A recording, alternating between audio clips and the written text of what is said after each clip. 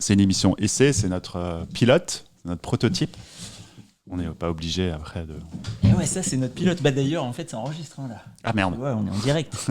Bon, alors la petite musique. Hop, on appuie sur ce bouton, on met le volume. Et on se dit bonjour. Et on se dit bonjour, parce que là on a une super musique de fond pour discuter.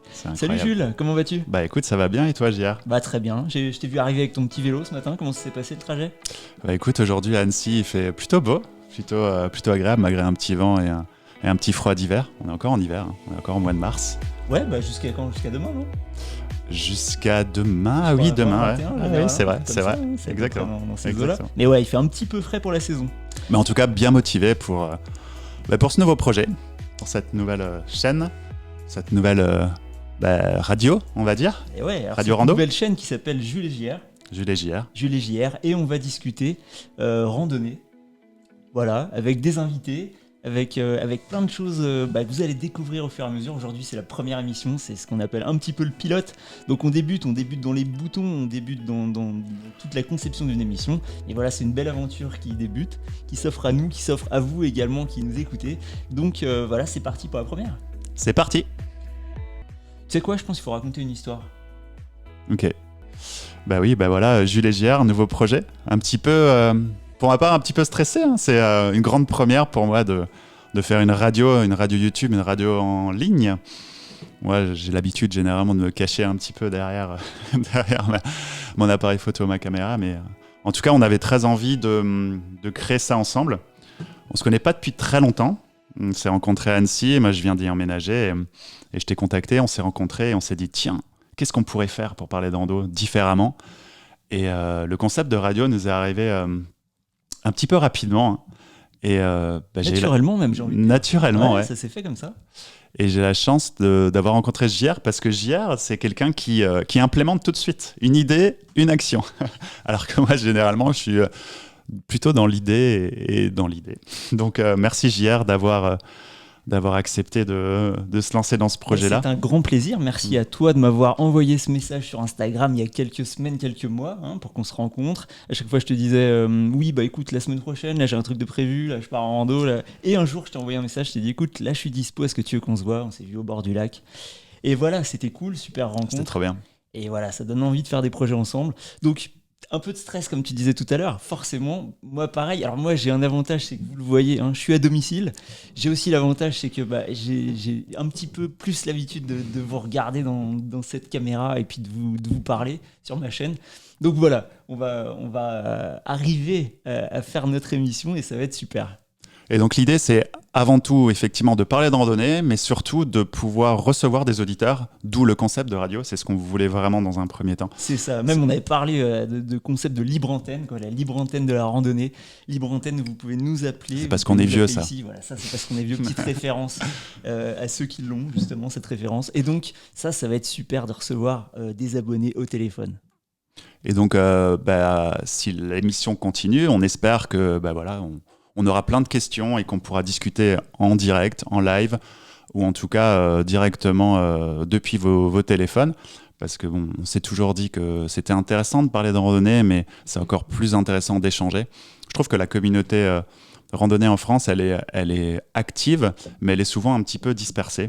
Et on avait envie peut-être de la regrouper autour d'un concept un petit peu dynamique, fun, de pas trop se prendre la tête, de pas parler un petit peu de manière trop sérieuse, un peu trop condescendante des fois, et de vraiment dédramatiser un petit peu cette randonnée, cette marche, et de pouvoir apporter un peu d'informations utiles et fun. Waouh, tu parles comme dans un livre. Super, je l'ai écrit, Jules. Je l'ai écrit hier soir. On sait que tu l'as écrit, mais oui. Eh bien, écoute, pour cette première épisode, on pourrait peut-être essayer d'appeler quelqu'un. Ouais. On a quelqu'un qui avait envie de nous parler et je te propose qu'on peut... Alors attends, on va lui parler de quoi aussi ? On va lui parler de quoi ? On va lui parler de matériel, je crois. Matériel, parce qu'il me semble que c'est quelque chose d'actualité. On est le mois de mars, l'hiver se termine, il se termine demain. Les beaux jours arrivent et puis du coup, il va falloir penser soit à renouveler son matériel, soit à le préparer pour les nouvelles sorties qui arrivent. Donc on le voit sur les forums, on le voit sur le groupe Telegram. On le voit partout. Ouais, voilà, le groupe Telegram, la tanière de JR, vous êtes quelques-uns à nous avoir rejoints et à nous partager les photos du matériel que vous recevez, les tentes que vous commencez à monter dans votre jardin, etc. Donc oui, ça pourrait être intéressant de parler matériel. En tout cas, nous, ça nous intéresse. Nous, ça nous intéresse. Bah alors, écoute, on appelle Alexandre. On appelle Alexandre. Allez, on appelle Alexandre. Alexandre, un abonné de la chaîne La Tanière de JR et futur abonné comme tout le monde de la chaîne Jules et JR, la chaîne où on va vous faire cette émission de radio. Donc, d'ailleurs, n'hésitez pas à vous abonner si vous voulez être tenu au courant des prochains épisodes. S'abonner et puis faire quoi d'autre, Jules? Cliquez sur la cloche. Cliquez sur la cloche. Pourquoi? Comme ça sonne. Pour recevoir les notifications. Ah, alors on appelle. C'est parti. On appelle Alexandre. Premier appel. Ça sonne. Oh là là, c'est incroyable. Ça sonne, c'est incroyable. Est-ce qu'Alexandre nous entend? Eh oui, eh oui. Génial, salut Alexandre. Salut Alexandre. Bonjour. Eh ben, Je mets mon casque pour être en main libre. Voilà. Bienvenue, bienvenue à notre premier auditeur. C'est incroyable. Voilà. Où est-ce que vous m'entendez bien? On t'entend très Nous, bien. on t'entend très bien, et toi? Eh ben, c'est nickel. Eh ben, c'est parfait. Ok. J'ai un peu la voix grave. Ah, ça se passe bien. C'est une soirée un peu longue hier soir. Ah ouais? Ouais. Ça a un rapport avec la randonnée? Non, pas trop, mais Ah. improvisé. Alors, ça va bien? Ça va très très bien, merci. Écoute, on va parler matériel aujourd'hui avec toi. Ouais. Et du coup, il me semble que tu t'es équipé, là on parlait des tentes il y a quelques minutes avec Jules, et je crois que tu as reçu du matériel. Est-ce que tu peux nous en dire plus? Absolument, j'ai commandé et j'ai reçu 2 tentes. Donc la X-Mid 2 personnes, qui vraiment sur laquelle j'ai flashé, et la Cloud 2 puisqu'elle était en super promo, parce que je souhaitais optimiser mon matériel précédent et gagner en poids, et puis profiter des avancées fonctionnelles, notamment de la X-Mid, que j'ai trouvé très intéressante dans le montage et dans la légèreté, bien sûr, et pour 2 personnes. Je suis passé d'une monoparoi à justement la Lanshan, de la Lanshan à la X-Mid, et donc j'ai hâte de l'essayer bientôt. D'accord. Puis la Cloud, c'est pour effectivement remplacer une tente qui était plus lourde, pour 2 personnes à un super prix. Quand tu dis meilleur marché, tu peux nous indiquer l'ordre de prix de ces 2 tentes? Alors, la X-Mid, c'est compliqué parce que c'est une tente qui est vendue aux États-Unis. Elle est actuellement, non, elle est plus dispo, mais elle était en vente à $300 hors taxe, et bon, après il faut l'importer, etc. Donc elle me est revenue quand même assez cher, puisque bon, j'ai fait la voie traditionnelle via une réexpédition. Ça m'a coûté 485 € au final. Donc on va parler d'une tente premium là, une tente. Ouais, là on est dans le premium. Bon, je pense que si elle avait été vendue via Drop, j'aurais payé bien moins que ça. Mais comme elle n'est pas dispo avant un moment, et que je la voulais absolument pour le printemps et l'été, voilà, je me suis un peu saigné. Et l'autre tente, elle est dans le Alors même l'autre gamme de tente, prix? c'est pas du tout. Non, c'est Nature Hike qui vend ça. Donc on peut la trouver soit sur Amazon, soit sur AliExpress. Et donc c'est une tente 2 personnes, la Cloud Up 2. Elle est vendue à peu près à 130 € sur AliExpress. Et là, elle était en promo à 60 €. Ah oui. Et grâce à JR, on a eu l'info. JR les bons plans. Et JR les bons plans. Et du coup, ça m'a permis de revendre une vieille tente et de racheter celle-là. Quand tu parles de vieille tente, c'est la Lanshan 2 Pro que tu as revendue. Alors ça, j'ai vendu la Lanshan 2 Pro, ouais. Et j'ai vendu aussi une vieille Lafuma que j'avais achetée d'occasion. Et du coup, ça va faire gagner plus de 500-600 grammes à mes amis. Voilà, donc c'est intéressant d'avoir ce type de bons plans, et en même temps de trouver ce qui se fait comme nouveauté, hein, comme la X-Mid. Et du coup, en fait, donc tu as renouvelé ton parc matériel là, au niveau des tentes. Ouais. Quels sont les critères? Qu'est-ce qui t'a fait décider de partir sur une X-Mid? Pourquoi tu as choisi une X-Mid et une autre tente plus, on va dire, bas de gamme au niveau du prix notamment? Quels sont les critères finalement qui ont fait que tu es parti sur ces tentes-là? Et quelles informations tu as récupérées en amont pour faire ces choix? Alors, pour la X-Mid, donc j'ai fait le choix de par mon expérience avec la Lanshan, qui est une super tente, mais elle est monoparoi, comme vous le savez, et donc je cherchais une tente dans ce niveau de poids et avec une double paroi. Tu peux nous indiquer le poids de la X-Mid? La X-Mid, je l'ai pesée à peu près 1,1 kg. Voilà. Ok, C'est ça. donc on est sur du léger, quoi. Attends, juste une petite précision aussi. Je te coupe juste pour préciser la X-Mid. La X-Mid, elle a été dessinée par Dan Durston. Dan Durston, pardon, du mal à prononcer ce matin, qui est un thru hiker canadien. Un super thru hiker. Ouais, qui a fait des randos longue distance, ça c'est ton domaine, Jules. Et du coup, il a voulu dessiner la tente qu'il trouvait pas dans le commerce. Et il s'est associé à un site américain qui s'appelait avant Mass Drop, qui s'appelle maintenant Drop, qui l'a accompagné pour que son rêve prenne forme. Et du coup, Dan a dessiné la tente, Drop a fait en sorte qu'elle soit fabriquée et a fait en sorte même de la vendre au début. Drop se désengage un petit peu maintenant de l'outdoor, c'est Drop eux-mêmes qui le disent, on a reçu des mails pour nous dire qu'ils arrêtaient l'outdoor. Et donc les tentes actuelles sont en vente sur Amazon. Et effectivement, la disponibilité devient très très difficile. Compliqué. Je crois que la 2 places, celle que tu as reçue, Alexandre, je crois qu'elle n'est plus disponible actuellement. Elle est partie en 3-4 jours. Voilà, donc c'est une tente exceptionnelle. Moi, j'adore ces 2 tentes-là. Mais malheureusement, on a un système de distribution actuellement qui fait qu'elle va être très difficile à trouver, même je pense d'occasion très difficile, parce que je crois qu'il n'y a pas grand monde qui veut la vendre. Alors peut-être que ça va se décanter dans les mois à venir, mais c'est vrai qu'on a une disponibilité un petit peu difficile sur cette tente-là par rapport à la Nature Hike Cloud Up 2 là, à 60 € dont tu parlais tout à l'heure aussi, Alexandre, qui est disponible sur Amazon AliExpress. Sauf que maintenant, elle n'est plus à 60 €. On est repassé dans des prix à 120, 130 €. Voilà, à mettre aussi en perspective, parce que voilà, on a une tente. Tu parlais de la X-Mid qui pèse version 2 places, qui pèse 1,1 kg à peu près. Tu as pesé ta Nature Hike là, ta Cloud Up 2? Ouais, j'ai trouvé, elle est à peu près 1,5 kg tout compris avec les piquets et tout. Donc elle est autoportante celle-ci. Autoportante, voilà. Le double paroi, on a la même chose. Double paroi aussi. Après, le tissu est différent. Tissu différent, il n'y a qu'une seule entrée, qu'une seule abside. Le montage sous pluie, plus compliqué, forcément. Ouais, compliqué sur la nature, mais voilà, plus étroite, franchement.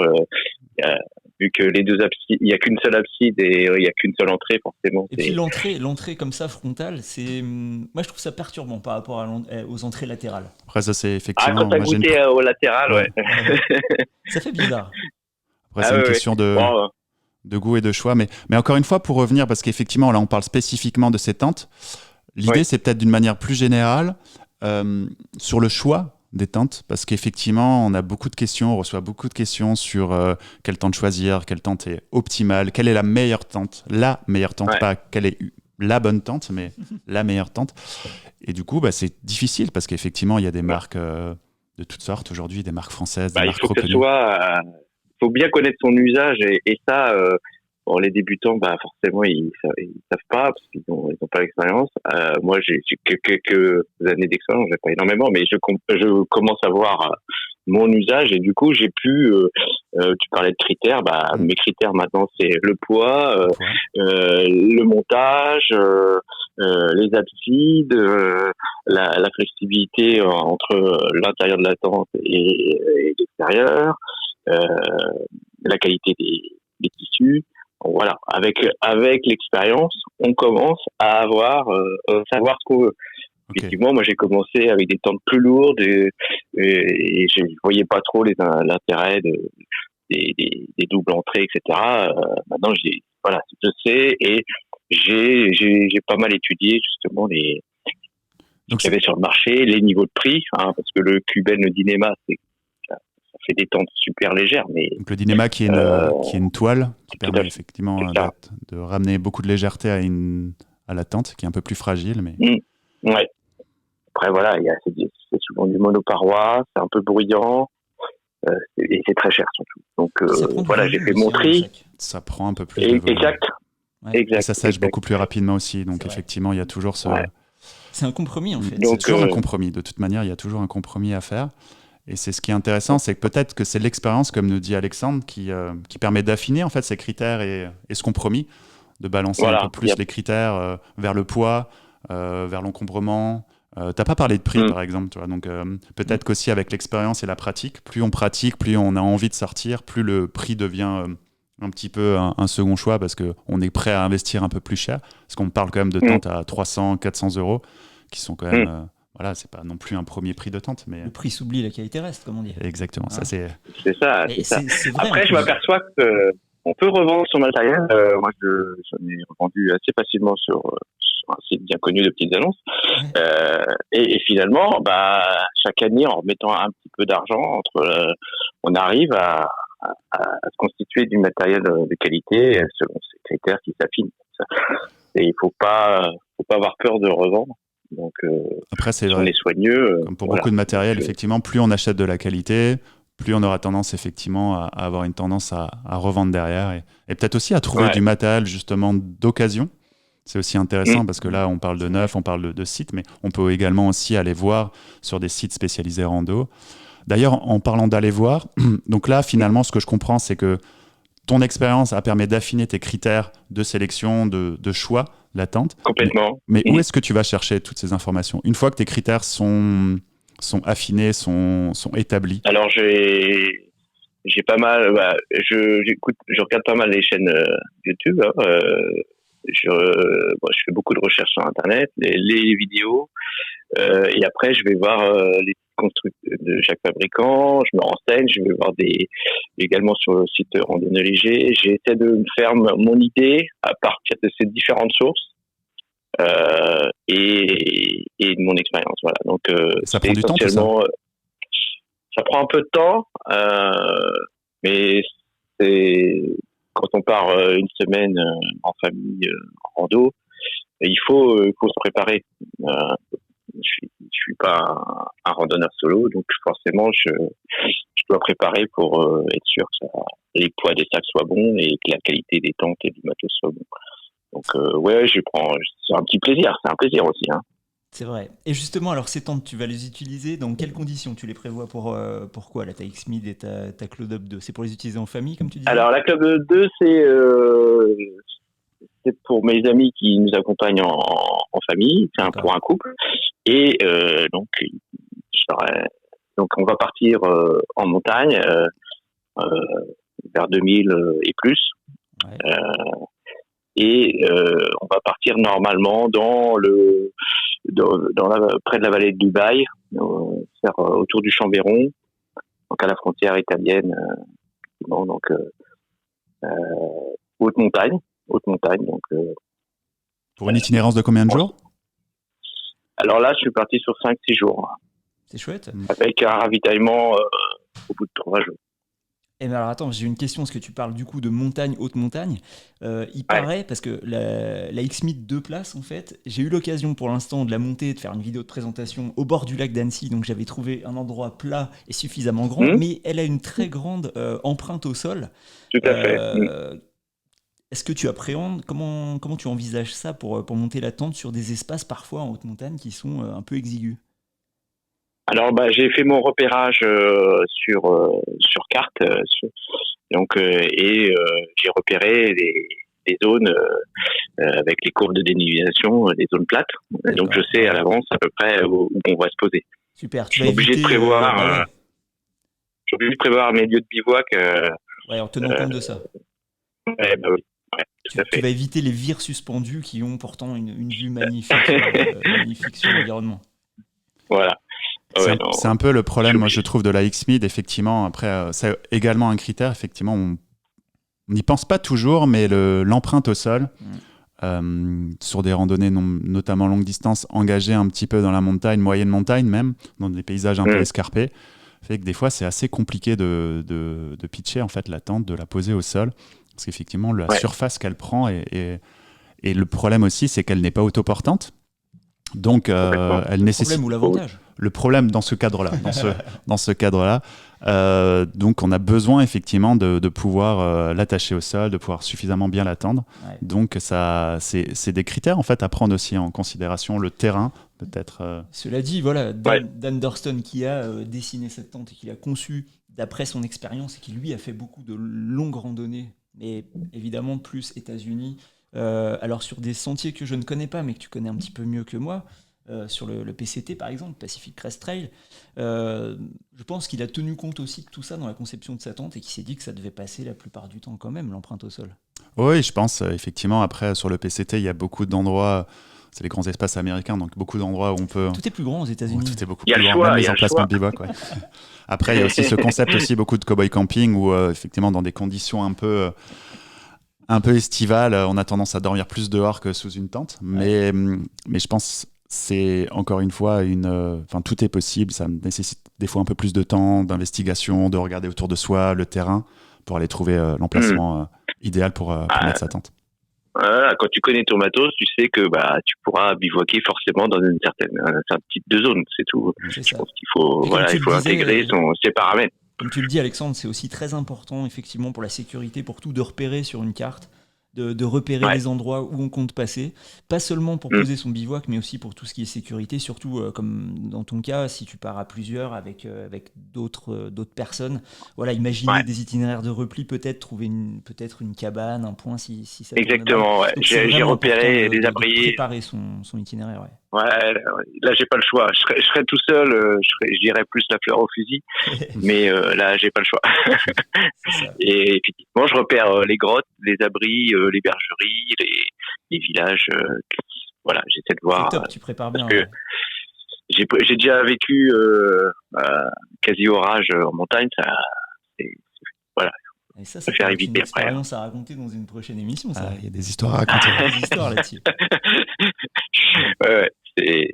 Et bah, Après, nous grâce à l'expérience, tu nous enverras des photos de tout ça. Ouais. Hâte de suivre ça. là, à ce moment-là, j'ai pas pris de photos. Ah oui, non, mais je parle de ta prochaine ta future aventure. expérience, ton aventure prochaine, avec ouais, Smith et la Cloud Up 2. On attend les photos. Ouais, avec plaisir. Avec plaisir. Avec plaisir, ouais. Super.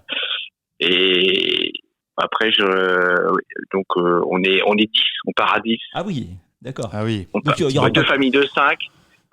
Alors, il y aura Deux pas que familles ces de deux tentes. 5. Non, il y en a encore une, il y en a encore deux de 3. Voilà. D'accord. Deux de 3 C'est personnes. l'expédition, oui. C'est génial. Et 2 chiens. Et donc, il faut. Grande famille. Les chiens, ils ont leur tente. Leur niche. Non, ils rentrent dans les tentes. Et tu me diras, dans les vestibules de Exmead de place, là, t'as de quoi loger les c'est chiens. le palace. C'est le palace, Palace. contrairement au Ouais. vestibule de la Cloud Up 2, où tu vas marcher Ah sur ouais, le ouais. chien en sortant de la tente. C'est ça. Bon, ça va, ils sont pas trop grands comme chiens, mais du coup, ouais, c'est un peu l'expédition.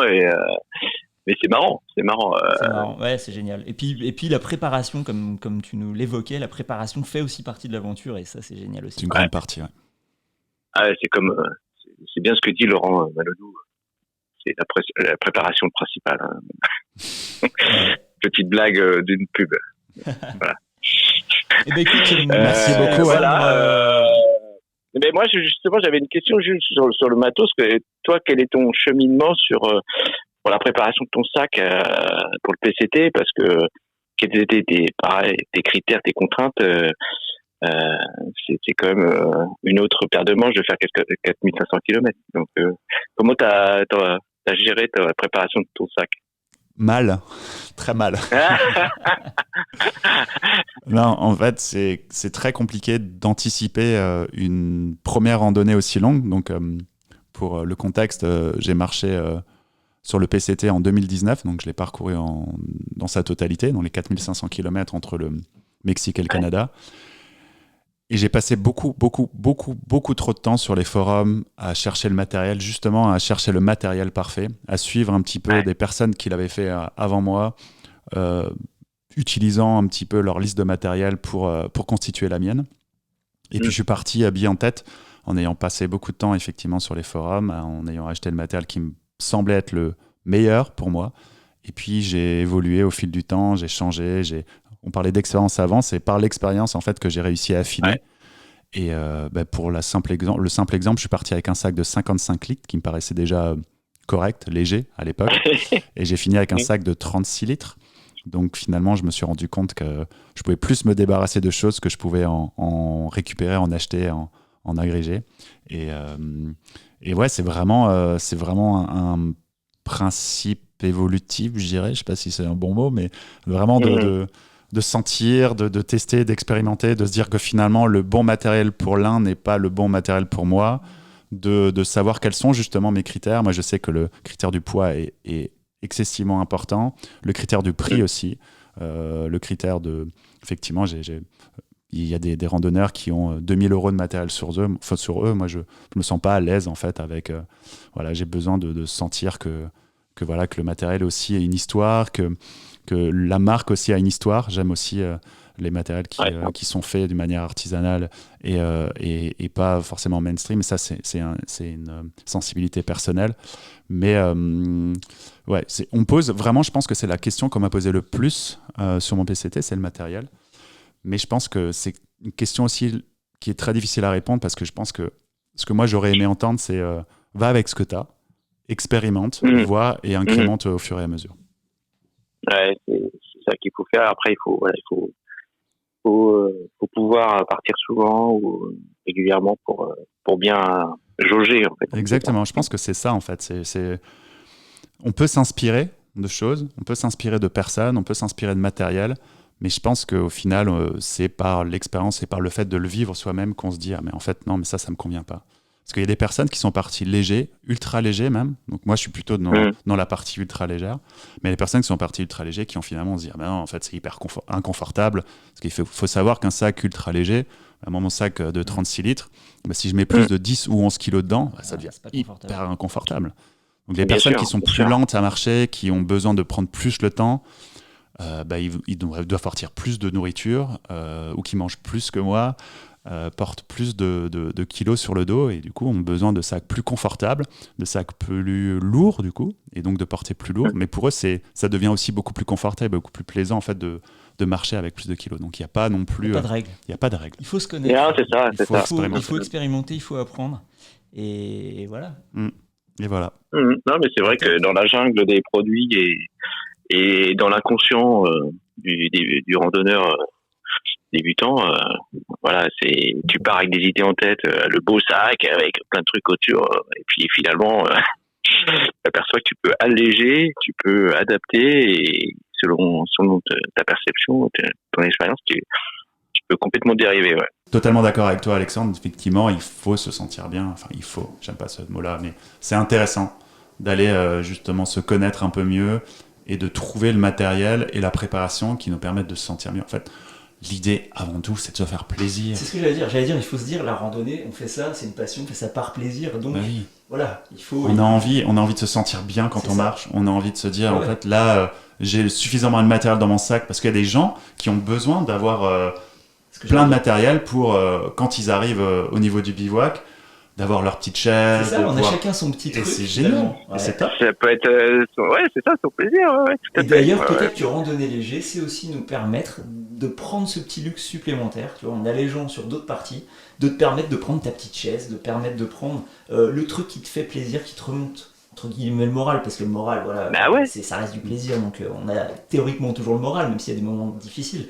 Mais voilà, randonnée léger, tu peux apporter ton petit luxe. Mais est-ce que la légèreté serait pas la légèreté dans la tête finalement? Elle commence par là. C'est beau. De se sentir finalement serein, et que finalement qu'on ait 10, 5 ou 15 kilos sur le dos, c'est pas le plus important, c'est se sentir suffisamment léger dans sa tête pour continuer à marcher.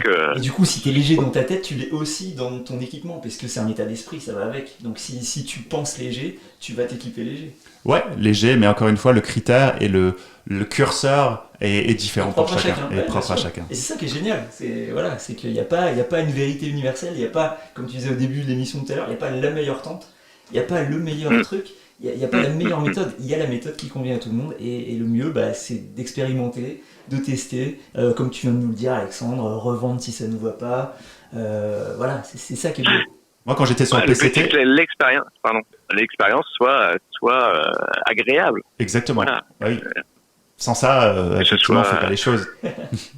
Moi, je suis pas du tout dans la recherche de performance pour me dire, voilà, je vais faire 30 kilomètres et je vais faire 2000 de dénivelé. Non. Le but, c'est de faire un parcours et puis de prendre plaisir à regarder les paysages et être ensemble dans un bivouac. Voilà, tout ça, toute la vie. Moi, c'est ce que je recherche. Et après, qu'on ait fait 10, 15 ou 20, c'est vraiment pas l'important. C'est d'avoir partagé un moment dans la nature. C'est sympa, quoi. Moi, quand j'étais sur le PCT, je me rappelle, j'étais en Californie du Nord et juste avant de grimper une petite montagne, on s'était arrêté avec plusieurs randonneurs et j'ai entendu une phrase d'une des randonneuses qui disait « Ultra light is a disease », ce qui veut dire « l'ultra léger est une maladie ». Et effectivement, quand on évolue un petit peu dans ce monde de la randonnée longue distance, on se rend compte que c'est pas qui a la plus grosse, mais qui a la plus petite. Et vraiment, on est dans cette course au plus léger, et ça en devient presque des fois maladif. Et je trouve qu'on oublie, en fait, on est dans une quête de performance vers le bas, c'est-à-dire d'aller vers le plus léger, toujours le plus léger, d'aller regarder au gramme près ce que pèse notre doudou, et je pense qu'à un moment on oublie un petit peu à la fois la technicité, mais généralement on y regarde quand même un petit peu, mais surtout le plaisir de se dire qu'à un moment donné il faut arrêter de se prendre la tête pour 100 grammes. On peut partir avec ce qu'on a et c'est très bien comme ça, et c'est aussi une façon un peu plus légère d'aller aborder la randonnée plutôt que d'aller chercher sans cesse le matériel le plus léger. Il faut éviter l'extrême du sac hyper léger. Ouais, il faut éviter. Je pense qu'il faut l'éviter.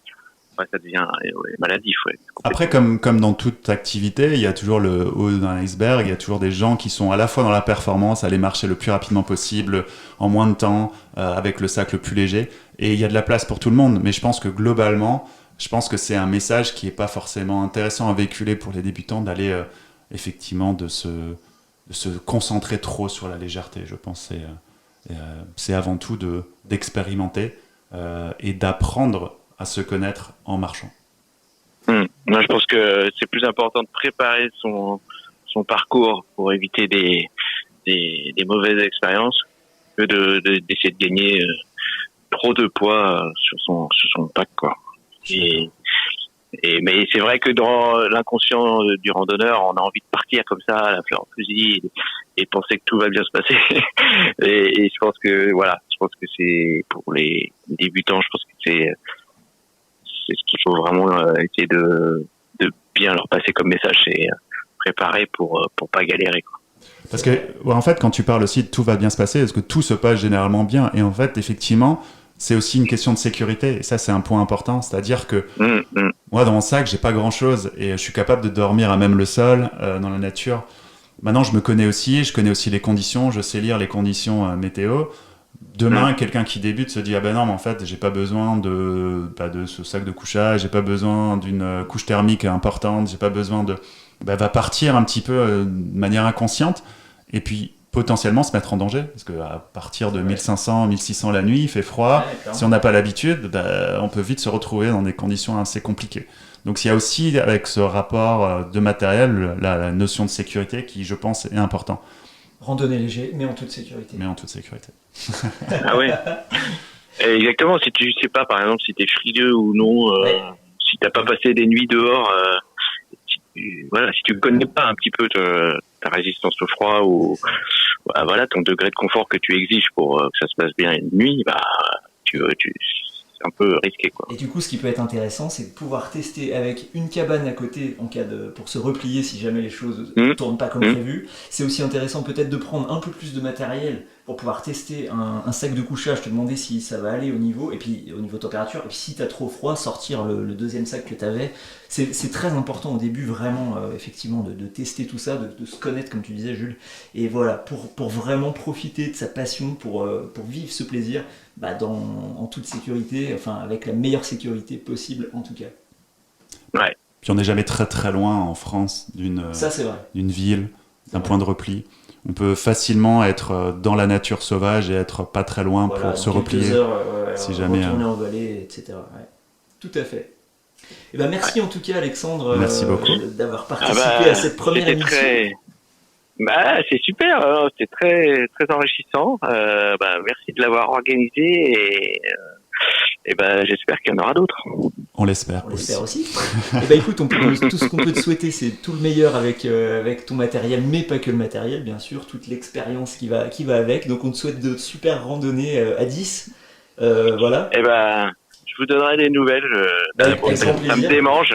Ça me démange. Alors j'espère que j'en pourrai en faire une au printemps. Avant la grande de cet été, mais ouais. Ça marche. Je tiendrai au courant. Merci beaucoup, Alexandre, et à bientôt. À très vite. Merci, bonne journée. Bonne journée, au revoir. Salut. Et voilà. Waouh, chouette. C'était notre premier. Intéressant. C'est chouette de pouvoir vous faire participer, que vous puissiez être à l'antenne et puis discuter, c'est chouette. On avait des idées, on avait envie de parler de certaines choses et finalement on parle d'autres choses. Le côté interactif, échange, je pense qu'il est primordial. On s'était dit qu'on allait faire un peu plus court, on fait un peu plus long. Ça fait partie aussi des aléas. Mais encore une fois, tout est évolutif comme ce projet, on peut l'appeler. Et on est aussi ouvert complètement à toute proposition, à ce que vous attendez. Les commentaires sont là pour ça, allez-y. Parce que nous, on fait ça parce que ça nous fait plaisir, parce que nous, ça nous enchante de parler, même avec des micros, on a l'impression d'être à la radio. C'est vraiment très chouette, on l'est. Mais avant tout, l'idée, c'est aussi de diffuser, de partager, de transmettre, d'apprendre aussi. C'est ça, d'une manière peut-être un peu différente de ce qui se fait. Un peu différente de ce qui se fait. Donc tout est en construction et on a envie vraiment d'avoir vos retours pour savoir qu'est-ce qu'on peut faire et qu'est-ce que vous attendez finalement d'une radio comme ça. Voilà, donc merci à tous d'avoir regardé cette vidéo. Merci beaucoup. Et d'écouter cette émission également. Merci Jules, à toi. Merci à toi, J.A. Tu vas récupérer ton petit vélo pour rentrer chez toi ? Je vais récupérer mon petit vélo pour peut-être aller me balader un petit peu. Là, il fait beau aujourd'hui, je vais peut-être mais attends, profiter. tu voulais qu'on aille monter la X-Mi d'une place ? On va la tester. On va faire ça. On va la tester. Bon allez, on se retrouve pour la prochaine émission. À très bientôt. À bientôt. Salut.